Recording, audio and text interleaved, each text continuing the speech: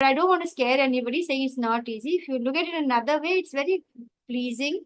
We actually engage in listening to these lectures and it takes us to another world. We stop being bothered by anything material, and it's a very, very out of the world experience to actually start trying another way. It's very trying to follow Krishna consciousness. So we have come live now today.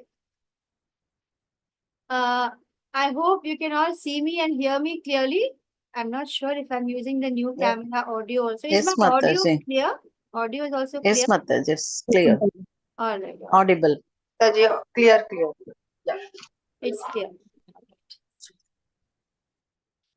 So since chapter 18 is a bit long, I will not go into any further introductions.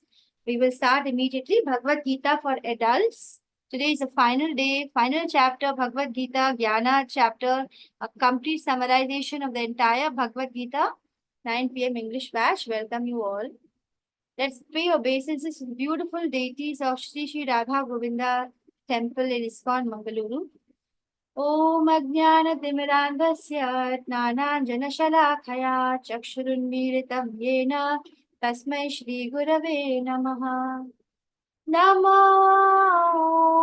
विष्णुपदाय कृष्णपृष्ठाय भूतले श्रीमति भक्तिवेदान्त स्वामिनि इति नामिने नमस्ते सरस्वती देवी गौरवाणी प्रचारिणे निर्विशेषा शून्यवादी पाश्चात्य दिशतारिणे जय श्री कृष्ण चैतन्य प्रभु नित्यानंदा श्री अद्वैत गदाधरा श्रीवासादि गौर भक्त वृंदा हरे Krishna Krishna Krishna Hare Hare Hare Ram Ram Ram Hare Hare. Let's pay our obeisances to Founder Acharya, His Divine Grace, A.C. Bhakti Vedanta Swami Srila Prabhupada, His Holiness Jayapataka Swami Guru Maharaj, Temple President, His Grace Namnishta Das Prabhu, and I would like to pay my humble obeisances to my Guru, Aishwarya Mataji, due to whose blessings I'm able to take these classes. Because of her faith in me, I'm able to take these classes, and I hope that I have pleased her and I'm able to do some justice to the time that all of you wonderful devotees have spent. I hope I've done some justice to all of your time. So we're doing today Moksha Sannyasa Yoga. It is a perfection of renunciation. And let's begin with the first verse. Actually, this chapter begins by having the, don't we have the chapter categorization? Okay, I can't say chapter categorization. So in 18.1, let's look. It actually begins, this chapter is telling us the difference between renunciation and the renounce order. So, this, what we find is by this time, this chapter, still there are people, even Arjuna is expressing the same doubt that do you need to actually renounce everything? Do you need to become a sannyasi? This doubt is still there. In spite of the whole 17 chapters, still Arjuna wants to be very clear. He wants with clarity and understanding that, so people in fact don't like children to learn Bhagavad Gita thinking that, oh, they will stop liking the material things and then they will become sannyas and they will, so they're very scared to teach Bhagavad Gita to children. But then they actually totally are misguided because Krishna never asks you to renounce all your duties in the material world. He never asks us. He's very clear. But Arjuna again is seeking clarification so that we don't get confused about the difference between renunciation and the difference between, the sannyasa order. So Krishna Krishna will explain that basically what he means when you say renunciation, it's that you renounce the fruits of whatever you're doing, and that actually helps you to focus more on what you're doing, and therefore it actually helps us to be better at whatever we are doing. And so it is a freedom from bondage through karma yoga. By not doing karma and vikarma and focusing our mind in only Krishna and doing all our duties with no attachment to the result, then we are doing a karma. So this whole beautiful concept, again Krishna is trying to, in answer to this, he will try to explain that what we need to do is, karma yoga, where we are giving up the results. That is also, it's also renunciation. It's tyaga. You're giving up the results. And then there is a very beautiful set of verses, from 18.13 to 18, which I really like.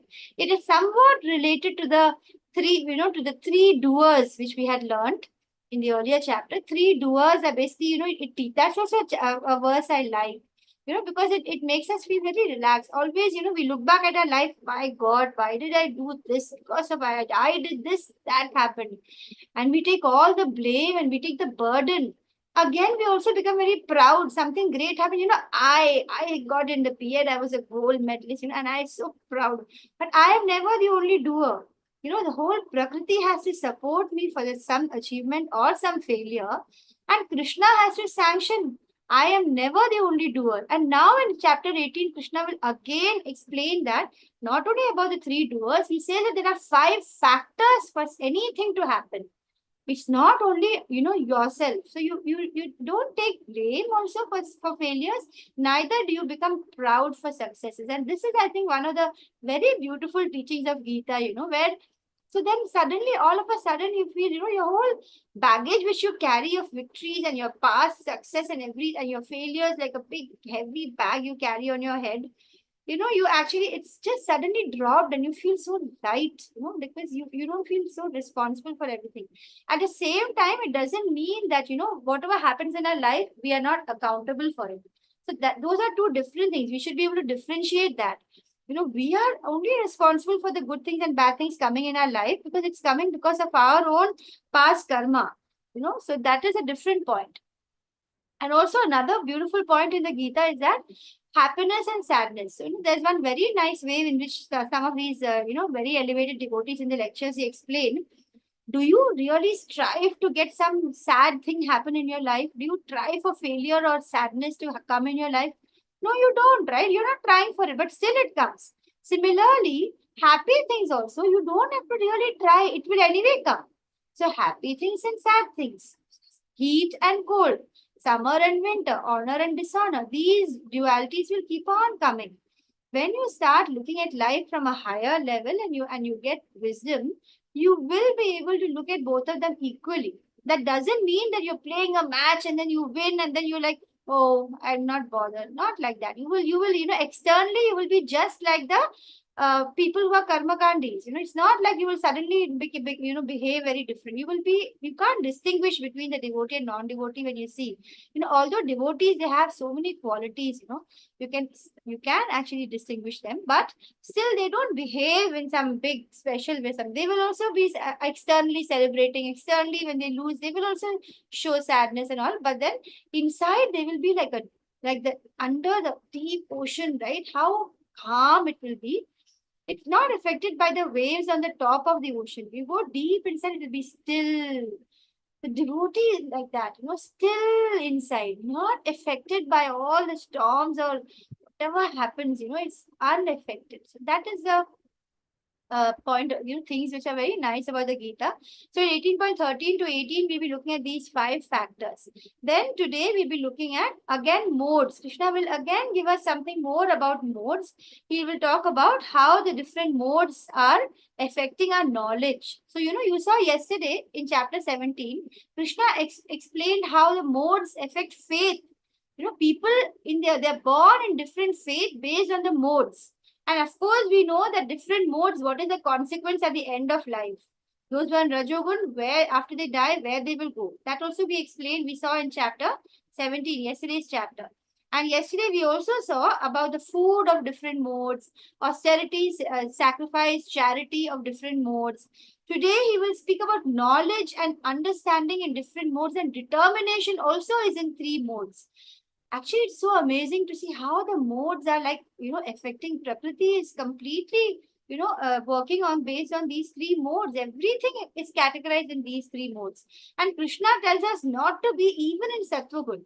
If you're in Tamogun, try to somehow reach the Sattvagun so that after that you become more easily reaching the Shuddha Sattvagun, which means pure goodness.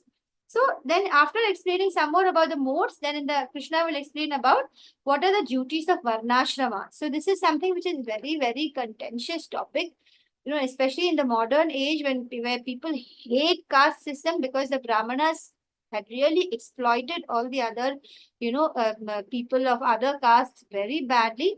And the other castes, they hate the higher class people. And it is very sad thing that they did that. It's not at all appreciable at all. At the same time, that it is Kali Yuga, and people of, whoever is in whichever situation, they will try to utilize their situation for more material gains. Now, what happens is the Brahmana is actually deteriorated. In the Kali Yuga, in the Canto 12 of Bhagavatam, Srimad Bhagavatam, it is clearly stated that there is no Brahmana. They just use a title. They don't have a single quality of a Brahmana. Actually, everybody is a Shudra because we are all just working to get some money and then to enjoy the, senses. So most, 99.9999% people are all like that. Very few maybe there who are actually coming to devotional service. So, Varnashrama, however, Krishna says very much that, this is recommended. There's a reason for that. And people are born in different Varnas because of the past activities and their past desires. And according to that, they are born. So they actually have got what they deserve. So then there's no point crying. There's no point. These are all things you see around you as a reason. And then you have to accept it. You have to understand that Krishna is a supreme controller. There's a reason for all that. So that comes only with devotion. Otherwise you'll forever complain and grumble about everything happening around. So Varnashrama system, Krishna will explain briefly again, and then he will explain about what is, the confidential most knowledge. So the last verses of this chapter are so beautiful. And then Sanjaya will say that after listening, my hair is standing on end. And Sanjaya will express about his feelings, and then in the last verse, Sanjaya will say, Yatra Yogeshwara Krishna, Yatra Partha Dhanurdhara. Right? Wherever there is Krishna and Arjuna, there will certainly be victory, auspiciousness will be there. Okay, so that is, I've already given you a quick summary of the whole chapter only. So in the 18th chapter, first verse, what is Arjuna saying? Arjuna is asking a question again. Arjuna Uvacha Sanyasasya Mahabaho Tattvamichhami Veditum Tyagस्य cha Hrishikesha Prathak Keshini Shudana. I love that Arjuna uses the word Keshi. So, the previous classes I have heard the teachers have explained that this is a very beautiful verse. Keshi demon, why does he use that term here? Keshi actually in Krishna's Leelas is a huge horse demon. And when that horse is so huge, when he walks itself, the whole earth will be like an earthquake. And Krishna kills that. And here Arjuna uses Keshi to show that, my doubts are like a demon. Can you kill that big demon of doubts and make it clear in my mind, like how you kill the Keshi demon? Can you remove this stupid doubt of mine and give me clarity about renunciation and sannyasa? And then he also uses Rishikesha. This is one of the unique verses where Arjuna uses both Rishikesha and Keshirishudana, two different words to address Krishna, not just one word. So, and what is he asking Arjuna? Oh, mighty armed one, I wish to. Again, he uses one more actually. He uses Mahabahu for Krishna. Oh, Mahabahu, I wish to understand. You are the Mahabahu. You are the person with so much of strength. You can explain to me. You can kill this demon of doubt in my mind and make me clear. So he says, what is the purpose of renunciation or Tyaga? What is the purpose of the sannyasa? Basically, why do we need to do that? And can you give me more clarity on these two terms? So in 18.2, Krishna is answering. Krishna will immediately answer. He will say, Shri Bhagavan Vacha Kamyanang Karmananyasam Sanyasam Kavayo Viduhu Sarva Karma Phalatyagam Prahustyagam Vichakshanaha. So what does Krishna say? To give up the results of the activities. He's making very clear not to give up the activities. To give up the results of the activities is what is renunciation. So he makes it so clear. But at the same time, there is an order, right? In Varnashrama, there are ashramas. Brahmacharya ashram, Garhastya ashram, Vanaprastha ashram, and then sannyas ashram. So sannyas ashram is just an order of life or an ashram where we reach, when we have reached, in the olden days, 75, 100 years was the age. Nowadays, gradually it is actually coming. Although scientifically they're trying to say, oh, we are increasing the longevity. But Krishna clearly says in the Bhagavatam that as the years go by, after many years, people's life is going to actually be even less. People are going to be more foolish, more violent, more sinful. That's going to happen eventually. Before that, let us all quickly, come to Krishna consciousness and get back to our real position. So, Sannyasa is actually an order of life which great learned people can achieve. After they finish off their brahmacharya, garhasya, and vanaprastha, they take up complete renounced order. That is different from renunciation of tyaga, which is what Krishna is supporting. He is telling all of us that you need to give up the results of the activity, not the activity itself. So he wants us to be very, very clear. In 18.3, Krishna is saying some learned men, they declare that fruitive activities should be given up. Okay, and then when they say that, they think that everything should be given up. But there are certain sages who also say that you need to continue doing acts of sacrifice, charity, and penance. They should never be abandoned. These three things you have to continue doing. Right? I think we have seen in chapter 17 also this point. So it's a bit, some people, there's a confusion. Some people say we should give up even sacrifice, charity, and penance. And then some say that we should not give up. And Krishna will declare clearly, please understand, however great you are, acts of sacrifice, charity, and penance are not to be given up. Because even great elevated souls, they also get purified when they do these acts. So even they continue doing the act. Although they are such great souls, they continue doing acts of sacrifice, charity, and penance. So of course, we who are way, way below neophyte devotees, we have to do. Why is sacrifice important? Now, you must be knowing, many of you must be knowing the story of Daksha. Daksha was the father of Sati and he disrespected Shiva. He thought that, that Shiva is, he didn't have respect for Shiva and he doesn't even invite him. And so what happens is that when the sacrifice is going on, when he insults Shiva, Sati actually, she gets very angry and she creates that yoga fire and she burns and she dies. And Shiva, he gets very angry. These Rudras and all, they come. Basically Daksha's head is cut. And yet, just because the sacrifice must be cut, how important is sacrifice? Even though Daksha's head is cut, we have Shiva goes and he says, the first animal I'll see, I'll put that head. So then again, there's another thing. Scientifically, we think that all our memory and understanding is lying inside our head. But actually, it's not. The soul is carrying all that. The soul has a consciousness and the intelligence and mind, all that is in the soul. Where is the soul situated? In the heart. So when the head is cut off, you can put even a head of a goat, but your consciousness will remain the same. We may think that it will change completely, but we don't know, right? Scriptures and human beings still have not reached such a high level that they can cut the head and, mix it exactly. In those days, power of mantras were there. Sound vibrations are very powerful. Using all those mantras, they can do such, such very complicated, unthinkable things. So, and Daksha's head is cut off and you can see in the picture, he's given a head of a goat. Why? Because sacrifice should at any cost continue. The sacrifice is for the pleasure of the Lord. Ganapati's head also has a similar story. So this proves that intelligence is not in the head. It's part of the consciousness, which is in the heart region, which is part of the soul. So acts of sacrifice, charity, and penance are not to be given up, but they should be performed. And they should, because they purify. So what is written, what is Krishna saying in 18.6? Krishna says, Etanyaphi tu karmani sangan tyaktva phalani cha kartavya niti me partha nishitam matamuttamam. So here we can see in this picture, these people are trying to save their lives, right?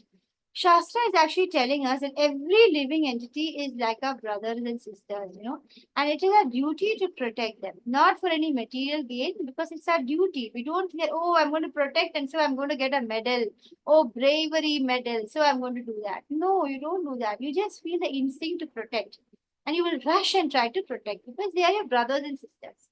So all the activities should be performed without expectation of results, just as a matter of duty, should come naturally. And Krishna says, that is my final opinion. So in Shloka 18.7, what do we come to know? That when you don't do your prescribed duties, then you're in illusion. You're in the mode of ignorance. And if you don't do your prescribed duties, just because it's difficult, then you're in the mode of passion. And if you are doing your duties because it's your duty, you're in the mode of goodness. So action also is of three types. Whenever we act and do our things, because we're in illusion, then we are in tamogun. We are acting because of fear or because of the difficulty. That's why we are giving our prescribed duties. That means it is passion. So this is what we see in these few verses about types of the ways we give up things.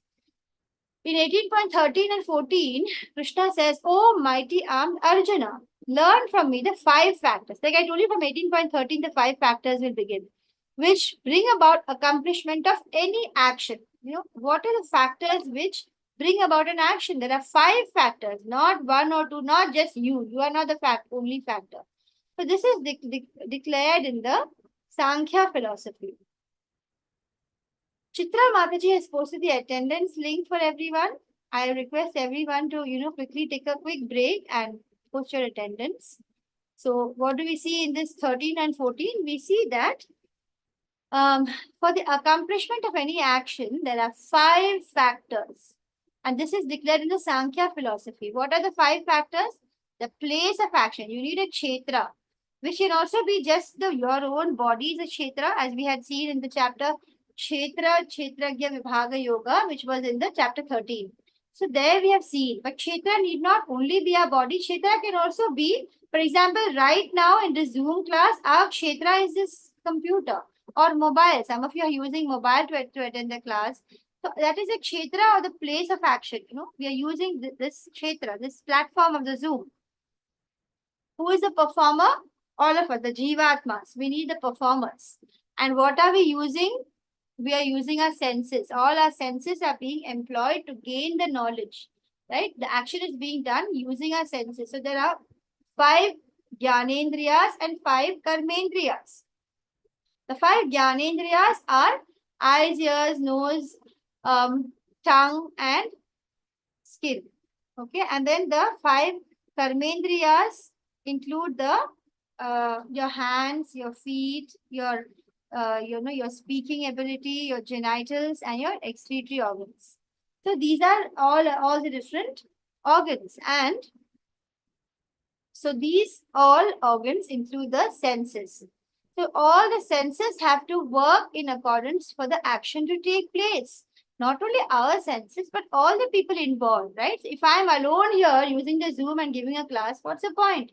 All of you are here, all your senses are working, you're all listening attentively. I am trying to speak as attentively as I can for Krishna's pleasure. So what are we doing? We're all using our senses, and the senses have to work. Suddenly, if I become dumb, then I can't use it. Right? So the senses have to work for this action to take place. So then the senses are also responsible. The endeavor, the effort, you are all having, like you can easily go sleep or you're tired, you have cooking to do. Some of the Matajis may have cleaning up the kitchen, all that, you're sacrificing and using the time to listen to the Gita. You're having an endeavor. Okay, I have had a very difficult long day today. We had meetings till evening in school, and then still I want to be here for the class. So there is an endeavor. That endeavor also should be supported by Prakriti. And ultimately, without the grace of Krishna, it can't take place. If Krishna doesn't want this class to take place, it won't take place. It has to have the grace of Krishna. Without Krishna's blessings, not even a blade of grass will move. This we always keep on saying. We know that nothing is possible without Krishna's sanction. So we need Kshetra, we need Kshetragya, there should be a person, there should be a performer. Our senses should be properly working. Krishna is the controller of the senses anyway, he is the Rishikesha. And there should be endeavor by not only one person. Everything which has to come together, there should be some point of different inputs of endeavor. Like for this class to take place, so many people are working. Right, we have Chitra Mataji, she's doing the job with the co-host. There are admins, number of them who are there in the group. There are so many people behind the scene who are keeping this together. All of their endeavor is important. Only then this, class happens. And ultimately, it can't happen if Krishna, doesn't grace us. Krishna's will is there. That's why this class is happening. So anything happens because of these 5 reasons, never can we take it upon ourselves. Here we can see the picture of some factory, and so we can discuss how the Kshetra is a place, the people are the different workers who do the actions, they all use their senses, they all have to work, and ultimately Krishna has to sanction. So there's a marketplace, and there are so many examples of what are the different things which are needed for something to take place. Right. So I'll not go into that. Here also we have Kshetra, then we have these people who are working. We need all these things and everything to come together for the work to happen. And ultimately, without Krishna, no work will happen. Right. I hope that is very clear. So I didn't go into more detail. Where is the link sent again? Abhishek Prabhu, the link is sent in the group of in the level 1 group which you are in. The June, it's called June or something. So that June, if you come into that WhatsApp group from where you get the link for the class, there itself you will get the link for the quiz, if that is what you're asking, Prabhu. So in 18.16, what is Krishna saying? Krishna says that therefore, if you think yourself as the only doer, not understanding that the 5 factors have to come together, then you're not actually very intelligent. You're not actually seeing things the way they are. Oh, there was a drama. I was earlier a music and, and drama activity coordinator sort of person. And if there is a program, it's always a scare. Oh God, will the electric stop working? The children are singing. Will suddenly the music not work, or will somebody's mic stop working? It will be so miserable then. So many things have to work, for a successful thing happening. And I'm not responsible for everything, right? So you can't take burden of the whole responsibility or the pride. And this is very, very important lesson which Gita teaches us. There are 5 factors. If you think that you are the one responsible for the good things or the bad things, then you're not very intelligent. You're not able to see things as they are. So stop taking all the burden of the wrong things and all the pride of the right things. Stop that. So 18.18 in this verse, what are we seeing? Knowledge, the object of knowledge, and the knower. These 3 factors motivate the action. So what motivates the action? The senses, the work, and the doer are the threefold basis of the action. So we need so many things to come together for any action to take place. Right? Knowledge, the person is having the knowledge about how to play. The object is, for example, he is playing with a ball.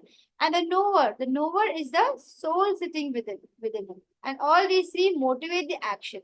Only then the action happens. So now we are going to look at 3 kinds of lots of other factors. Okay. And in each of these, what are the 3 kinds? Happy, disturbed, or mad. That is, happy is what? Happy is basically goodness. Goodness is basically sattva. Disturbed people are usually in the mode of passion, which is also called rajas or rajogun. And mad people who don't have any knowledge of what is right or wrong and doing just the opposite. They are the mad, ignorant people who are in tamagun. So let's look at knowledge first. Krishna will give us knowledge, understanding, and determination, 3 types in this chapter. Okay, so now you can actually, all of you can take a paper and a pencil and note down your scores. Okay, so those who are very good at maths or something, you can even note it down in your mind. So let me just read out. What you're going to do now is from the following 6 slides, you will rate yourself 1, 2, or 3 based on the category you fall, in which 1 means you're in the lowest and 3 means you're in the highest. And then you can calculate your score. Okay, are you ready to do the self-assessment, everyone? Today, yesterday there were 40. Today it's already 9:30 and only 29 have joined. So first is knowledge. Okay, 3 kinds of knowledge. If your knowledge is the type which is undivided spiritual nature, okay, and you're able to see that spiritual nature in all existence around you, it's undivided. Then you can say that, okay, in terms of knowledge, I am in the mode of goodness. Okay, I have not reached there personally for me. Now that knowledge by which you can see different type of living entity as dwelling in different bodies, then you're in the mode of passion, right? You're able to see, okay, this is a dog, and this is like very intelligent person who is from IIT or whatever, and this one has not studied, she's a maid of the, so you're looking at different type of living entities differently.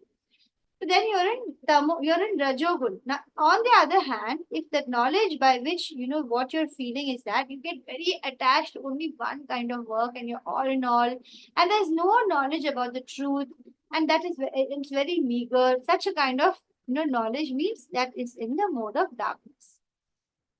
So now let's give yourself score. Put 3 if you're in the Sattvagun, 2 for Rajogun, and 1 for Tamogun. Next, let's look at actions. So as for action, that action which is performed in accordance with duty. Okay, it's my duty to do this, I will do this. And without any attachment. Okay, if I do this, then I'm going to get this. That's why I'm doing this. No attachment.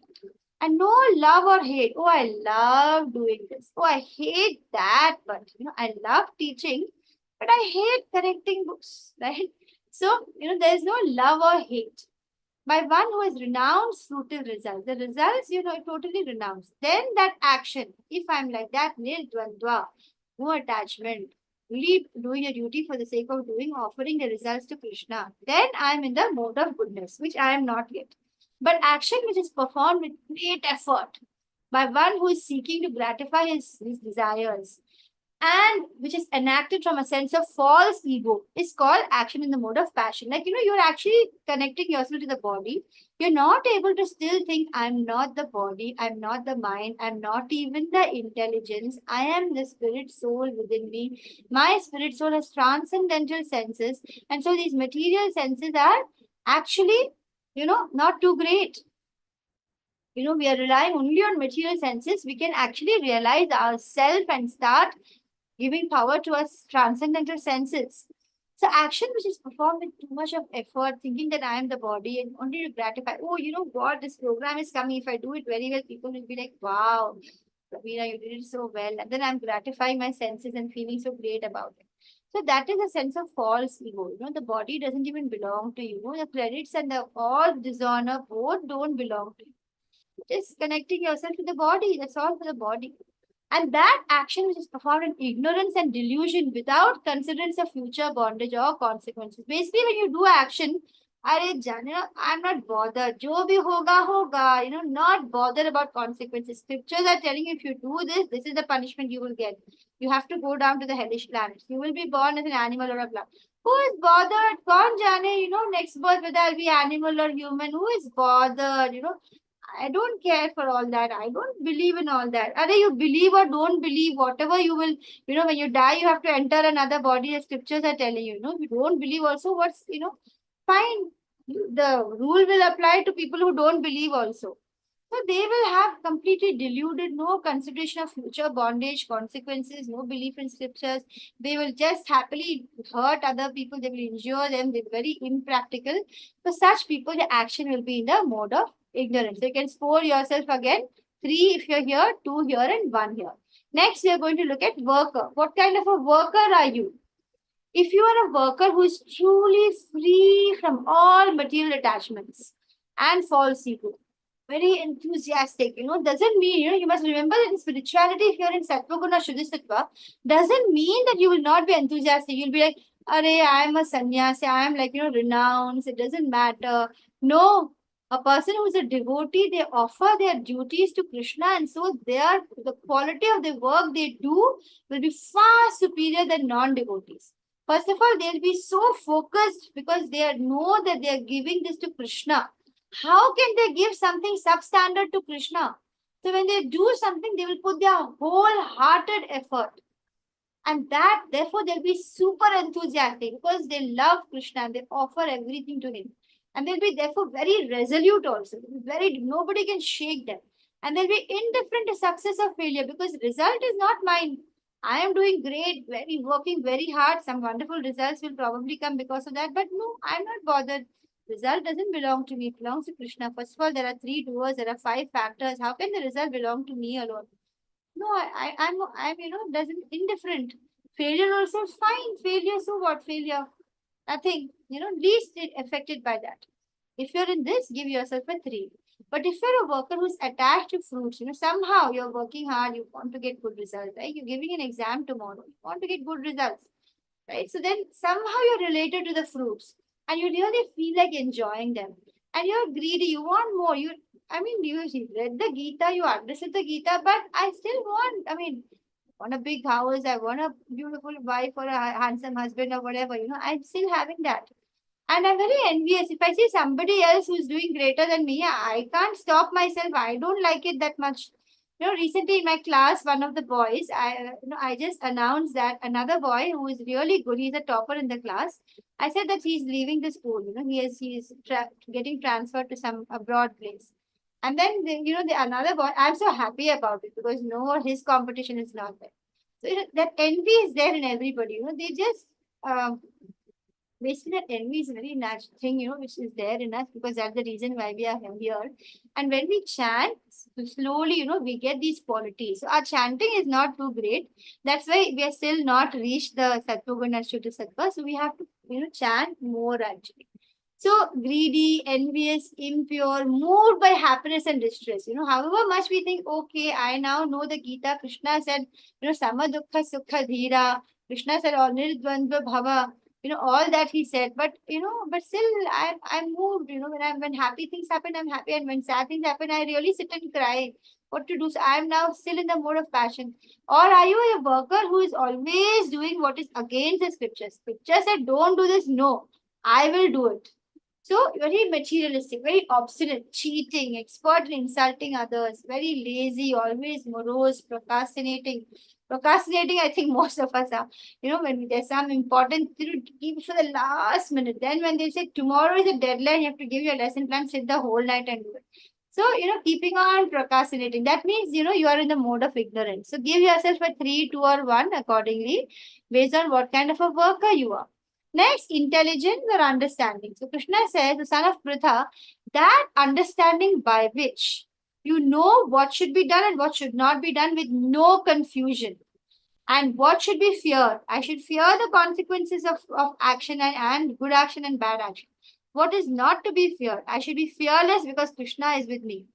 So what is binding? What is liberating? The karma is binding, and being influenced by the modes is binding. What is liberating? Being above the modes is liberating. Doing inaction by offering your results to Krishna is liberating. So now you know what is binding, what is liberating. If you're so clear about it, great. Give yourself three for intelligence and understanding. If your understanding is such that you can't still distinguish, I feel that that person, they have alcohol, they drink over there in the countries abroad, like water. I mean, it's okay, right? They think that they get great health if you drink a little every day, great health. So, still not sure whether what is right. The scriptures are saying no intoxication. Chalta, yeah, thoda sa, it's fine. So then, that you're not sure yet what is truly religious. What does Krishna demand of you to get back to him? That you're still not sure. You're not able to distinguish between action that should be done, action should not be done. And so when your understanding is not perfect, you still have a doubt and you're confused, then you're in the mode of passion. Whereas if your understanding is opposite, whatever the religion scripture say, this is a good thing to do. What? I don't think so. I think it's the other way around. And under the spell of illusion and darkness, and they are strive always in the wrong direction. What the scriptures will say, don't do, they will say, I will do. This is what I want to do. So 3, 2, and 1 based on whatever is your intelligence and understanding. Then determination is also of 3 types, right? Oh, son of Pita, the determination which is unbreakable. I will chant 1 round. Namrishna Prabhu, who has given this free Zoom class, has told me that we have to chant at least 1 round. I will chant 1 round, even if I'm, if I just don't have time, I will do it. Determination, unbreakable, which is sustained with steadfastness by yoga practice. If you do your yoga regularly, just the breathing or the japa yoga regularly, your determination will be sustained. It will not break at all. And which thus controls the activities of the mind, life, and senses.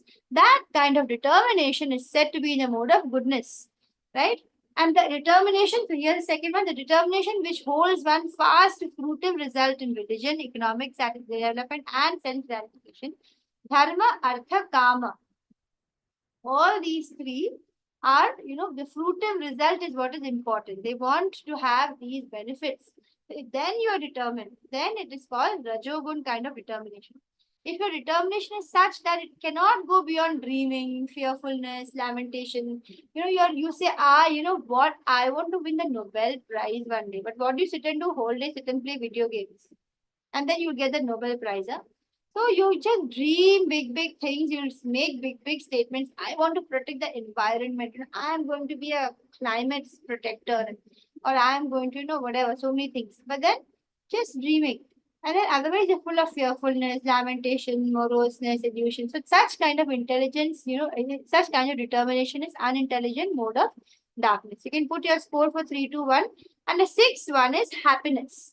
So happiness, in sattva good, always begins in pain, in difficulty, poison. It's like poison in the beginning, but then at the end it will be nectar. Amazing it will be. Just like chanting is the example. Chanting is something which gives you happiness. It's a sattva good happiness. You can even move it up further to Shuddha Sattva. But happiness, which in the beginning, japa, oh, I have to take this japa mala and I have to finish 108 and again, I don't have the patience. I can't do it. So difficult to start doing the japa. Everybody is telling me after reading the Gita and scriptures, do japa. I can't start. So like poison in the beginning. But then when you make it a daily habit, you will start enjoying unbelievable happiness in the mode of goodness, and you will get such a lot of taste for the name. Yes, the attendance link is posted again. So that is happiness in Sattva. Tamogun, in Rajogun actually, where is the Rajogun? I can't find the Rajogun. It's all three are here. In Tamogun, the happiness is blind to self-satisfaction. From the beginning also it's pain. They just imagine it's joy when they're having that whatever drug and all. They think that they're enjoying, but actually they're in hell. And the ending also, after they drink alcohol or whatever, they'll be pukish and they'll be sick and whatever consequences, it's all horrible. It starts also in pain, it ends also in pain. That is the basically tamogun. So among these three, which kind of happiness do you think you are in? Do you think that you are forcing yourself out of your comfort zone and doing something very tough, and then later on it becomes so pleasurable? That is sattva good. If you think it starts, like buying very happy and everything is so gala and yay, and then it ends in poison. Okay, I saw one big party. I went and I ate and ate and ate and I ate till I couldn't even control myself. I ate like 2 tubs of biryani and then next day sit in the restroom full day, having the pain, loose motion, stomach pain, everything. That is passion. Now, ignorance, beginning also pain, ending also pain. So, spiritual happiness, natural, material happiness. So, in spiritual happiness, what is there? Pain in the beginning and no pain in the end. Material happiness, it is no pain in the beginning, but pain in the end, right? And then from pain to pain is basically pain, poison and nectar. PNN, poison and nectar. Sorry. So what are the results? If your results are near 18, then great. Near 6, not so great. If it's near 12, you need to pick up yourself. Then there are ashrama types. So like I told you, Krishna will explain again, about the varnashrama. In chapter 4, he says, Chatur Varnam Maya Srishtva. I am the one who created the ashramas. Why? Based on the karma and based on desire, you're born into a family based on the different ashrams. So Brahmanas, Kshatriyas, Vaishyas, Shudras, Vishnu, by the qualities born of their own nature in their previous births and in accordance with the natural modes which they have themselves, accumulated. According to that, they get the different bodies. So personal. Here, this is very interesting and important to understand. But if somebody is a Brahmana, he needs to have all these qualities. Very peaceful, self-control, austerity, purity, tolerance, honesty, wisdom, knowledge, and renunciation. 9 of them. And in the next one, 18.43, they are heroism, power, determination, resourcefulness, courage in battle, generosity, leadership. If these kind of qualities are yours, then you are actually Kshatriya. You are basically suitable for doing Kshatriya related work. If you enjoy farming, cattle raising for business, and you have the qualities of this kind of work, then you are Vaishyas. And those who actually, are not in any of the above 3 categories, but they are just want to serve and do some service and get some money. Okay, all these people are doing all these Brahmana, Kshatriya, Vaishya work, they're all busy. I am, unable to do all that. So what do? I will serve the others, whatever way I can. Right? So those who are basically having nothing else to do, but they are serving others, they are Shudras. Now, what is important to understand is this all three, even though it appears that the Brahmanas are the highest, actually are equal. Because everybody gets at the end of their life the same exam. And then they have to see whether they can remember Krishna.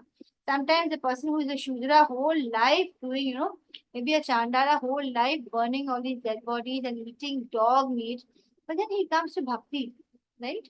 So then from anywhere you can be elevated. So by worship of the Lord, who is the source of all beings and who is all pervading, anyone can come, in the performance of his duty, he can attain perfection. Here you can see a picture. The aim is that everybody must climb the tree. Only then they'll win. Now, who are the people who are sitting there? There is an elephant. Can the elephant climb the tree? There's a fish. Can the fish climb the tree? Can the seal climb the tree? Can the dog climb the tree? None of them can climb the tree.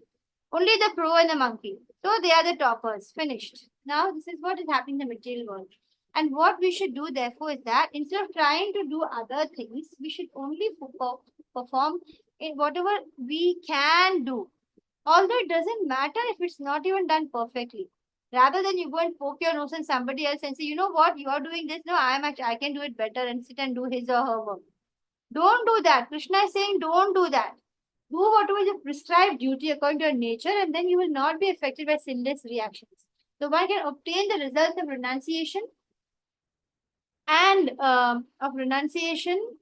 simply by self-control and by becoming unattached to material things and disregarding material enjoyments as the highest form of renunciation. So are you a grihastha or a grihamedhi? Grihastha is somebody who is, in the family but still offering everything to Krishna. Grihastha. Grihamedhi is one who, is just wanting to satisfy his senses. Actually, you know what? When a father of a family goes out and buys lots of chocolates for his children, it's not basically, again, there is a lusty factor there. Even for when he does that, the aim is probably, no, okay, this what I'm giving can be used. There is some kind of a selfish motive behind that. So knowledge, let's look at this slide. What is this slide telling us? Knowledge of the soul and understand that Krishna is in everyone's heart as Paramatma, calling us back to him lovingly. The Gita is what is revised here. So what is said in 18.54? Let's look at 18.54. We still have about 10 minutes. 18.54, Krishna is saying, Brahma bhutah prasannatma na shochati na kamshati samah sarveshu bhuteshu madbhaktin labhate param. One who is transcendentally situated. Once you become transcendentally situated, then you will never lament, never you will feel sorry for anything. Because at once, nor will you desire anything. Right? You will become Anyabhilashta Shudra. Because he is equal to every living entity and therefore he attains pure devotional service. In 18.55, what does Krishna say? Where is my mouse gone? Yeah. Here we can see in this picture of Vaikuntha, where there is Narayana and all the other people are, all the other of them are having the same Narayana form. One can understand the Supreme Personality as he is only by devotional service. And when one is in full consciousness of Krishna, then by such you can actually enter into Krishna's kingdom. Though you may be engaged in all kinds of activities, my dear devotee, under my protection, reach the eternal and imperishable abode by my grace. And though engaged in all kind of activities, the same thing is written here. Right? So in this we can see Srila Prabhupada and his devotees and how happy they are. And they all do different activities there, nothing for any money. It's not like Prabhupada is paying them money to come there and do the chanting or paying them money to come and do. They are coming because they are benefited by the presence of being presence of a pure devotee. In 18.58, what does Krishna say? Madchittah sarva durgani matprasadat tarishyasi atha chetvam ahankara nashroshyashi vinangshyati. If you become conscious of me, Krishna is saying, conscious of Krishna, not some, just a soul or a Brahman, the Brahman or something. Krishna, if you become conscious of Krishna, you will pass over all obstacles of conditioned life, and by my grace, you need Krishna's grace, you will pass over. And if, however, you do not work in this consciousness, but you act through your false ego, not listening to Krishna, then you will be lost. You'll just be lost in the whole cycle of birth and death. Gone, then you grow old, then you reproduce, and then your partner gets angry, and then you die. Creates sacrifice. So the Supreme Lord is situated in everyone's heart, O Arjuna, and is directing the wanderings of all living entities who are seated as on a machine made of the material energy. So this is a very important shloka. It says, Ishvara sarva bhutanam hrideshe Arjuna tishtati brahmayan sarva bhutani yantra rudhani mayaya. So a body is like a machine. Brahmayan sarva bhutani. We are all sitting in the machine and we are roaming about. And Krishna is actually sitting in everybody's heart, right? So our body is like a machine and we are roaming about. So surrender is very important. Krishna is telling us here, what is Krishna saying in 18.62? Tameva sharanam gacha sarva bhavena bharata tat prasadat param shantim. Here also he gives the bliss and peace formula. Sthanam prapsyasi shashvatam. Shashvatam means eternally, forever. Prapsyasi, you get. Sthanam, that place. That prasadat param shantim. What kind of place? Transcendental peace. For that, what should you do? Simply surrender. Surrender, there are 6 points. First, do what Krishna says in the Gita. Second, don't do what Krishna says, don't do. Then third point, see Krishna as your guide and protector. Fourth, consider Krishna as your only friend, right? He says that, what does he say? Suhridam sarva bhutanam. And always be meek and humble. So you can see this big king. And what is he doing? In front of the Rath Yatra, he's a king of the place, but he's sweeping the floor there. And you should have no desire other than to serve the Lord. Thus, like Krishna says, I have now explained to you the most confidential knowledge. Deliberate. Deliberate means think about this and then you decide what you want to do. Now, I will tell all of you what you should do. You should all enroll for level 2 course, finish off all the level 1 quizzes, and please stay in touch with devotees. Otherwise, very difficult to stay Krishna conscious. Here you can see the 18.63. Iti te jnanam akhyatang guhyad guhyataram maya vimrshya tadasheshena yathekshasi tatha kuru yathekshasi tatha kuru. Do what you want. Then Krishna also gives a warning. He doesn't say do what you want and then he doesn't go away. He gives a warning. He also says once more what should you do. He says Manmana bhava madbhakto madhyaji mam namaskuru mame vaishyasi satyam te pratijane priyosi me. Always think of him. Manmana bhava madbhakto madhyaji mam namaskuru. Always worship me, offer your homage to me. Thus you will, what will happen? Some people say, what are you doing? I have a Laddu Gopal. My son will say, what are you doing? Why are you bathing him, putting dress and what is all this you're doing? Can't understand. People won't be able to, not everyone can understand. My son, unfortunately, is not Krishna conscious. And I came to Krishna consciousness too late. So I couldn't get him to believe it. And not only college, it spoils children. It makes them question everything. And then they can't understand. They can't have faith in scriptures, unfortunately. So here Krishna is saying, always think of me, become my devotee, worship me, offer your homage to me. And then what will happen? Final exam you will pass. The final exam of life at the time of death when your breath is choking and your heart is pumping and that death is a painful moment. Krishna will come and help you remember his name and you will go out of this cycle of birth and death. Would you really want that? Krishna says, I promise you this. Can you have, anybody giving such a strong promise? And here he's saying he's promising this to Arjuna because Arjuna is his dear friend. We all want to be the dear friends, right? Look at the Priyashtakam chapter 12 and see what are the qualities and try to become Krishna's favorite. Sarva dharman parityaja mamekam sharanam raja. Aham tvam sarva papebhyo moksha yishami ma shuchaha. Why are you worrying? Shucha means worry. Why are you fearing? Nothing you need to fear because I will deliver you from all sinful actions. All you need to do is forget all other different religions that you have been following. Actually, Krishna, in the beginning, he says, Yada yada hi dharmasya glanir bhavati bharata. I come whenever there's a fall in religion to safeguard religion. And then Krishna is saying in the last chapter, forget all religion, just surrender to me. That's because, why does he change here in his language? It's because he's saying that, all these strong religious things that you're doing, which are just rules sake, right? Don't keep on doing all that. Forget, if you surrender unto me, give me, everything you have. And I promise you, once you do that, I will deliver you from all sinful reactions. We are so full of so many janmas sin are accumulated. And Krishna says, I will deliver you, don't fear. So now the Gita teaching is over, guidance regarding whom to teach. Now Krishna will tell us, whom should you teach? Krishna says, it's important, I want you to teach others, but whom will you teach? This confidential knowledge may not be explained to those who are not austere. Four things. Not austere. Austere means what? Having control of your mind or speech, and having that kind of doing fasting and all that, right?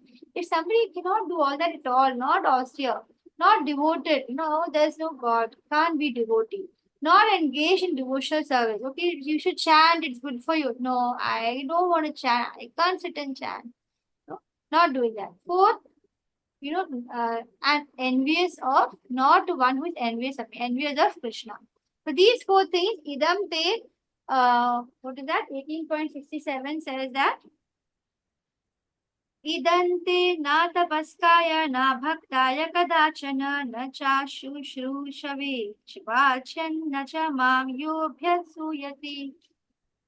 What does he say? This confidential knowledge may not be explained. Please don't sit and waste your time trying to explain this to somebody who is not austere and all that, right? Not austere, devoted, not engaged in devotional service, and who is not envious of, or who is envious of Krishna, right?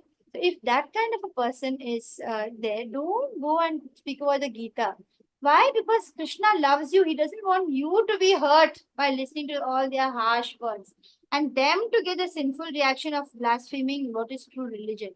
So for one who explains, however, next verse itself Krishna will explain. Please go and explain the secret.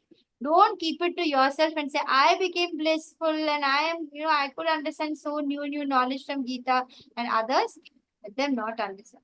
Not like that. Your attitude should be, as given in 18.68, Ya imam paramang guhyam madbhakteshwabhidhasyati bhaktim mai param kritva mame vaishatya samshayah. Asamshayah, without any doubt, guarantee Krishna is giving. If you will explain this secret to other devotees, then and you will be able to do devotional service surely, and at the end you will automatically come back to Krishna. Don't we want to do that? And then in 18.69, Krishna is saying in 18.69, Nacha tasman manusheshu kaschin me priyakrittamah bhavita nacha me tasmat anyah priyataro bhuvi. What is he saying? There is no servant in the whole world dear to me than he, nor will they ever be. Who? Which kind of a servant or server of Krishna? One who explains Krishna consciousness to other devotees. And Krishna says, I declare that he who studies this Gita, all of you, spending 32 of you today, 31, who are spending time to study the Gita with me and giving me the pleasure of being in your association, then this sacred conversation, you're worshipping me by that, by his intelligence. And I declare that he who studies this is actually worshipping me by his intelligence. What does Krishna declare? If you're studying Gita, you're actually worshipping Krishna using your intelligence. And one who listens with faith, without envy, what will happen to him? He will become free from sinful reactions, and then he will go to planets where the pious dwell. So Shruti Phala, what is this verse? This is telling us what is the Shruti Phala. Thus by listening, you will be able to go to the heavenly planets. And then Arjuna says, my dear Krishna. So now in 18.73, we have Arjuna expressing thank you or kind of a prayer. Nashto Mohan. He says, I have understood everything. My illusion is all gone. You're such a great teacher of Krishna. Now I'm very clear. No more doubts. Nashto moha smritirlabdha tat prasadanya maya chita sitosmi gata sandehah karishye vachanan tava. Oh Krishna, my dear Krishna, oh infallible one who will never fall, Achyuta, my illusion is now gone. Suddenly he says, I can understand everything. I regained my memory by your mercy, and now I'm firm and free of doubt, and I'm prepared to act. Tell me whatever you want me to do. And this is, if not your attitude, then you have to read the Bhagavad Gita again and again. And 18.74 to 76, Sanjaya is speaking. Thus, I heard the conversation of two great souls, Krishna and Arjuna. And so wonderful is that message of Bhagavad Gita that my hair is standing on end. By the mercy of Vyasa, I heard these most confidential dialogues between Krishna and between Arjuna. The Bhagavad Gita is entirely that. O King, as I repeatedly recall this wondrous and holy dialogue which I have now experienced between Krishna and Arjuna, I take pleasure being thrilled at every moment. Krishna becomes thrilled at every moment. And then 76, oh Krishna, when I remember the wonderful form of Lord Krishna, Sanjay is saying, I am struck with even greater wonder and I rejoice again and again. Then this is the last verse, Yatra Yogeshwara Krishna, Yatra Partho Dhanurdharaha, Tatra Shri Vijayo Bhutir Dhruva Nitir Matir Mama. I forgot the tune. It's a nice one. The normal tune is Yatra Yogeshwara Krishna, Yatra Partho Dhanurdhara, Tatra Shri Vijayo Bhutir Dhruva Nitir Matir Mama.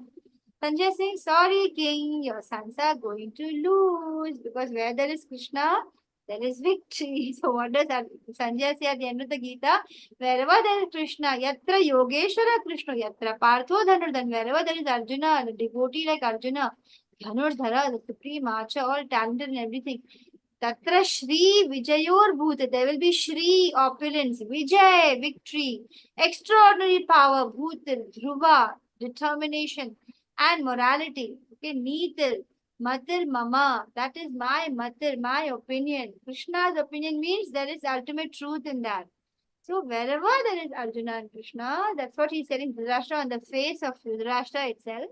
So in this chapter, we have seen freedom from bondage, 5 factors of action, 3 modes which control determination, understanding, or so many things we saw, happiness and everything. Purification through Varnashrama Dharma. We saw the confidential knowledge, pure bhakti, and how you have to act in bhakti. Okay. So with that, we come to the end of this great, Bhagavad Gita 18-day course. It's also safety. Chapter 18 is also called, no, I think this is about japa, right? Safety, I had given you yesterday's class also. Safety aspect in chanting. Before you chant, be sorry for your mistakes because if you're feeling burdened with your mistakes, you can't chant. Be very attentive. F for forgive your people. If you keep the burden of, he did that, she did that, you can't chant properly.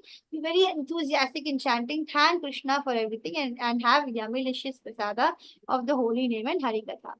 So, Vancha Kalpatarubhyascha Kripa Sindhubhya eva cha Patitanam Pavanebhyo Vaishnavebhyo Namo Namaha.